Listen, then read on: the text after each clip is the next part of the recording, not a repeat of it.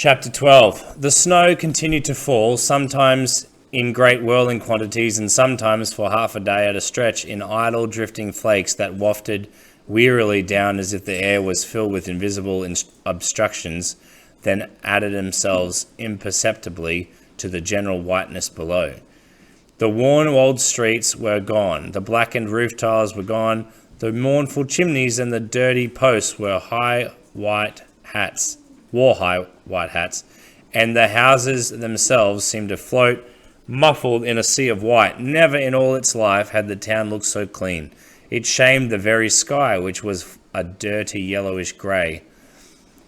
The business of the town was slow and tedious. Carriages and chairs crawled along where they supposed the streets to be like huge tottery snails, bearing snow houses on their backs and leaving wet black trails to mark their passing. Even the nimble piemen capered silently, sometimes slipped and lost their smoking trays so that 100 hot pies burned into the snow and pitted it again like a black pox. Visitors to Newgate Jail were few and far between. Only the loving and hardy called. Dick Mulrone's friends were much diminished, and it was said he grew scornful and sour and melancholy. Smith waited on Meg, grew uneasy, though there was no snow inside of Newgate, so the travelling troubles of the world seemed as remote as the stars. Only his sisters and the ever-faithful Mr. Billing came to see him, and once in a while Lord Tom. In these days, Lord Tom spent a deal of time with his doomed colleague, whose room, being less crowded, offered more space for Lord Tom to be noticed and welcomed. After which, smelling strongly of wine and with a kind of swaggering stagger, the green-cloaked high Toby would look in briefly on Smith and give him the news of Glorious Dick. His hopes, said Lord Tom, with a mournful grin, of the snow piling so high under the tree that when the cart drives off, he'll be left standing instead of that horrible swing and hanged. Smith nodded and was not above being grateful for his friend's efforts to be companionable. Then his abstracted air returned as he tried hard to imagine what was preventing Meg. There was now little time left. Thursday came and went without a sniff of her. Smith feared Mr. Billing would wax suspicious and impatient, but he never did, and always contrived to remain amiable. Sometimes, though, Smith fancied he detected a curiously calculating air behind the attorney's goodwill, as if he was not going to commit himself heart and soul till he knew the outcome of some other event. And it was on the Thursday that this abstraction of Mr. Billing's became most plain. He was almost agitated, but still cautious not to offend. When he went, he left a more than ordinarily puzzled Smith. But on the Friday, Mr. Billing came to Smith with a rueful and disarming smile, which Smith returned with a look of such deep and earnest hope that stonier hearts than Mr. Billing's, if any there were, would have been melted by it. He shook his head and laughed and murmured something about Smith's winning and friendship coming before all. Then he sat down and, to Smith's amazement, relief and delight, confided the plan for the escape. Not long before, there had been set up on Newgate's roof a great windmill with vanes a full 20 feet across. Its purpose was to purify the air. As it turned, it drew, by natural suction and skillful design, through tubes and tunnels joining into a middle shaft, much of the foul and pestilential vapours of the jail. So, the ventilators, the grated apertures in the walls, the narrow tunnels that led through dark and angled ways to the great shaft that rose up the great windmill on the roof, from which grimy eminence it was but a hop and a jump and a scramble to the nestage of adjoining roofs. With beating heart and glittering eyes, Smith listened as the attorney muttered rapidly on. Dipping his finger fastidiously in Smith's ale, he drew on the tabletop a plan of the wards and halls of the jail, alongside which the ventilators ran. Now, very narrow were the lower tunnels, wide enough only to admit a thin child, but on the next floor they were somewhat more spacious and roughly bricked so as to afford finger and toe holds for little birds to reach the sky. Wider and wider grew these tunnels, till at last they came into the main shaft that rose to the windmill in the heavens. Upwards, always upward, must the little bird go, else he'd find himself in another cage. Mr. Billing carefully wiped his finger on his handkerchief, and Smith stared at the shining lines and squares that were beginning to dry and lose their powerful meaning. But they were already well fixed in his mind. He nodded and looked up for the last question. When was he to go? Not yet. Why? The grating has not yet unlocked. The good offices of the certain gentleman, here Mr. Billing looked about him quickly, were not yet bespoke. But never fear, they would be. When? On the Tuesday. Why so long? Not so long, only 4 more days. But why not Monday? Ah, Tuesday would be a day of great commotion. Dick Mulroon would be setting forth. Jailers and turnkeys would be busied in keeping order, and too busy to notice a little bird fly out of its cage. Tuesday at 6 o'clock, before Smith would have been moved to the Sessions House for the trial. Tuesday, Freedom Day. Mr. Billing grinned. Document Day. Smith's wavering spirits lifted, and he stared long and hard at the ventilator grating that was let into the wall beside the fireplace. But even now it was impossible to rid himself of 1,000 uncanny fears of disasters pouncing before the Tuesday. Yet Mr. Billing had been confident, and Mr. Billing was nobody's fool. All that remained then was the visit from Meg with the document. Surely she'd not fail him, not Meg with her monstrous great heart. She didn't fail him, or at least not entirely. She came on the following day. Her shawl, bonnet, skirts, and shoes were loaded with snow. She'd walked the whole way, and the effort had made her steam, so that there was a general meltingness about her. Her hair, eyebrows, nose, and chin all seemed to be discharging water, which gave her a red face, a curiously dismayed air. "A glass of gin, Meg?" said Smith anxiously, as she dripped into the tap room. She shivered and shook her head, and seemed unwilling to sit down. Suddenly Smith, with a dreadful fear, saw that her dismay was more than snow deep. Her customarily round face was oval, and her eyes were unnaturally red.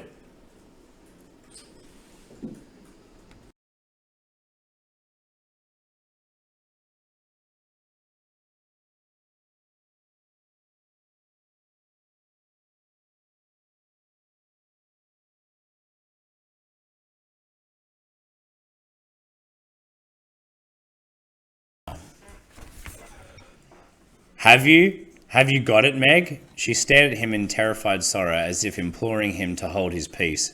Meg, where is it? Oh, child, oh, little one. They'll hang you now for sure and bury you after the spring. Oh, you poor thing. Meg, where is it? Heart weren't enough, little one. Horrible cleverness is all. Brains? Lord, I wish I had 'em. Where is it? She dabbed at her nose with her sleeve, and her whole face grew veiled with fearful memories. On Thursday, yes, the Thursday the master and mistress went out together, so I took me chance, little one, and crept like a mouse to the study. Smith, the first shock of dread spent, listened in a sick dismay. What had gone so grievously awry? I was in the very room, child, the very room, she repeated herself, as if to prove her heart had ever been twice as strong as any circumstance. When I heard a noise, child, from upstairs where you used to sleep. Oh, Lord dear. I feared you'd lost patience and gone from the jail and come back on your own desperate account. I was worried half out of my mind. I thought of calling out to you, then I thought it'd frighten you off. So quiet as a mouse, I crept out and went up them dreadful stairs. Sure enough, there was a noise coming from your dear room, but queer noise, scraping, dragging, pulling, panting, like it was being torn apart by dumb beasts. Oh no, I was that frightened. I thought maybe a bear had got in. What was it, Meg? Whispered Smith, though maybe he had already guessed. I screamed, child, that I did, screamed and shrieked till Vine Street echoed. I got a good pair of lungs, child, a good pair of lungs, and then... It must have scared them. Who? 2 horrible men in brown. They burst out of the room in a terrible rage. I thought they'd kill me, but they rushed past me and down the stairs, then out through the front door like the wind of hell. The Thursday? This was on the Thursday, Meg? Meg stared at him vaguely, wondering why the day should have mattered so much. But among all the wild and panic-stricken thoughts that had whirled through Smith's head, one had stuck fast. On the day following that Thursday, when the attorney had been so agitated, Mr. Billing had come to him with a rueful smile, a smile that Smith knew now was of disappointment. And he'd said Smith had won. Indeed, he'd won. The men in brown had failed. So there's no hope, little one, said Meg at last, with the grandmother of all sighs. No more hope? Smith looked at her, bewildered, having missed the chief part of her bad news. With a groan, she repeated it. The burglary had so alarmed Mr. Mansfield that he'd locked all his papers securely away. There was now no hope in the world of getting at them. Oh, child, they'll hang you now, and Meg Hart and all won't be able to stop 'em. Why, child, you're a-smiling. Why, Smith, dear, you ain't downhearted.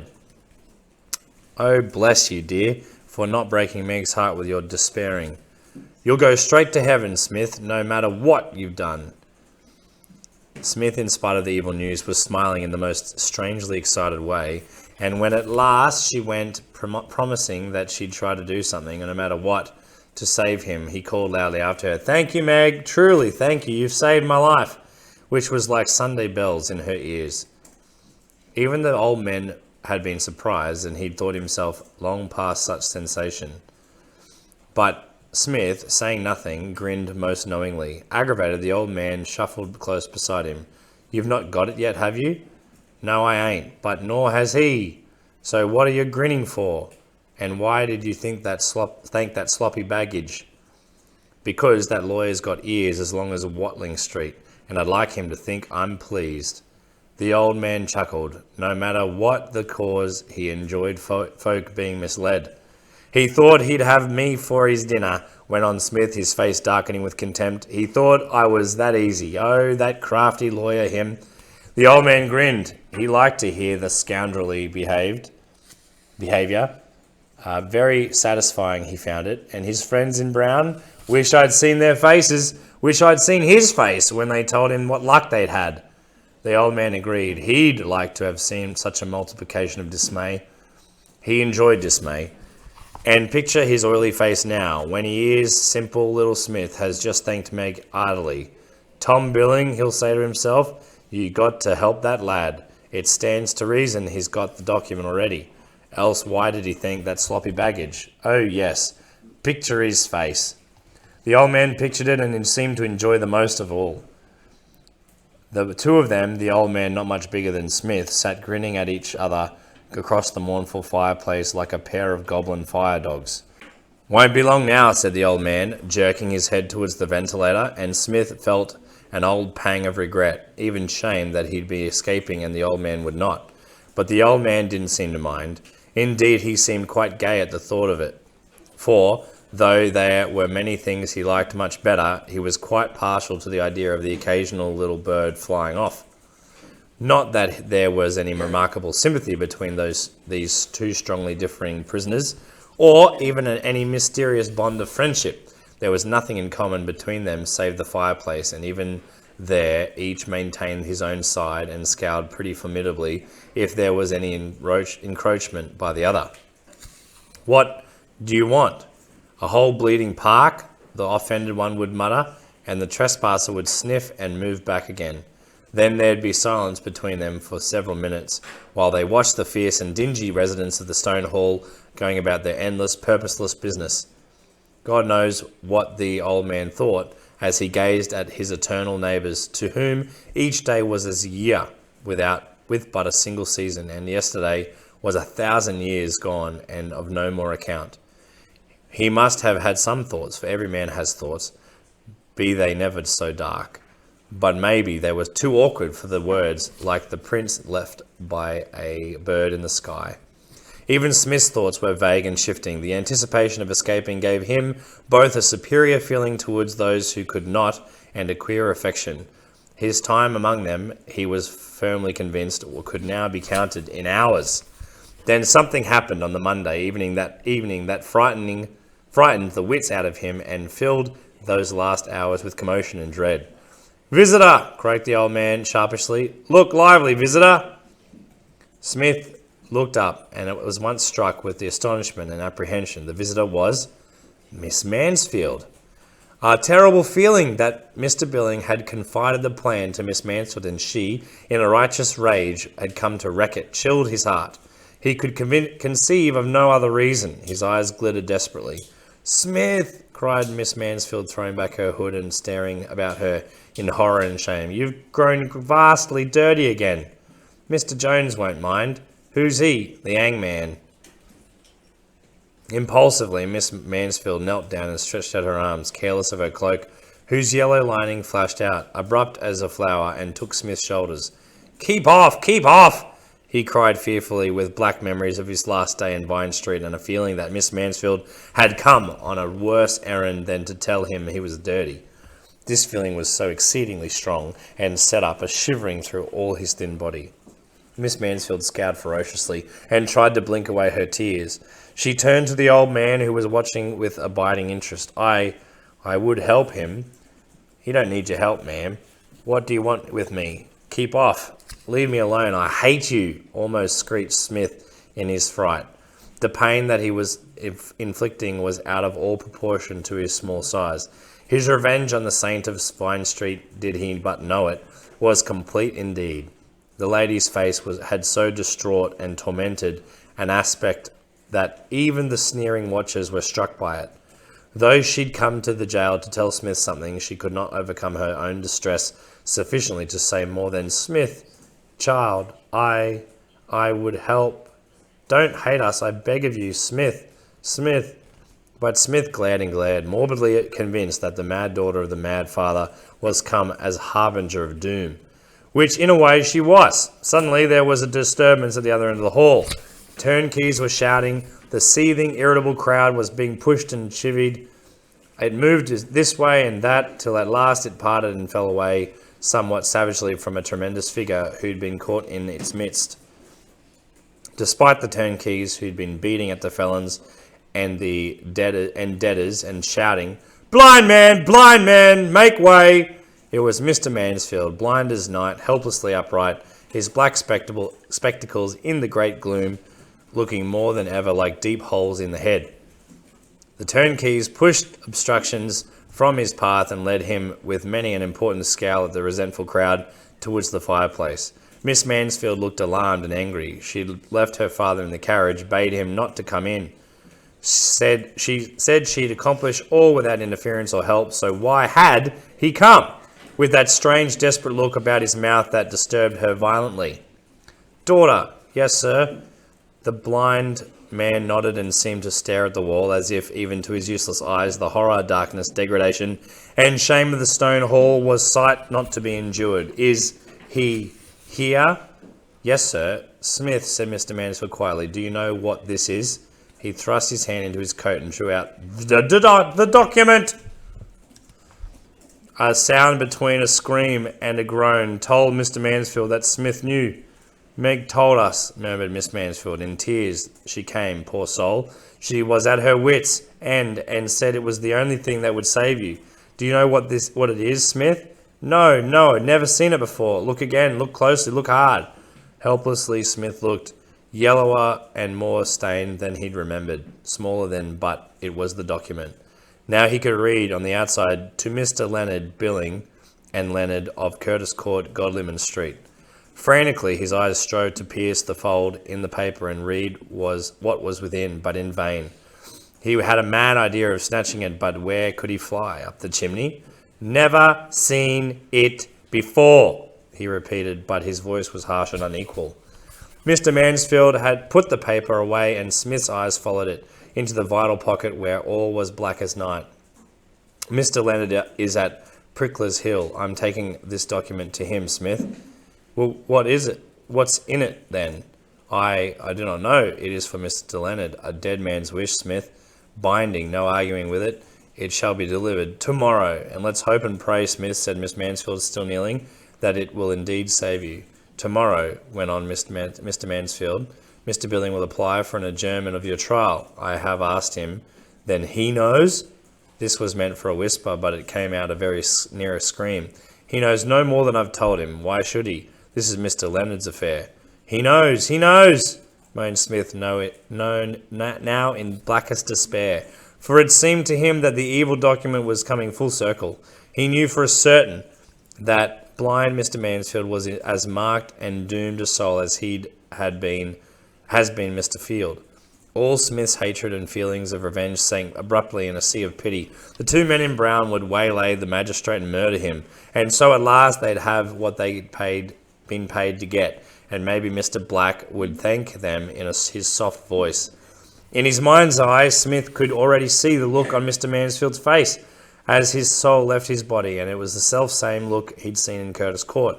"You blind old fool," he wept furiously. "They'll kill you, you old madman. Blind, blind, blind, right through you are."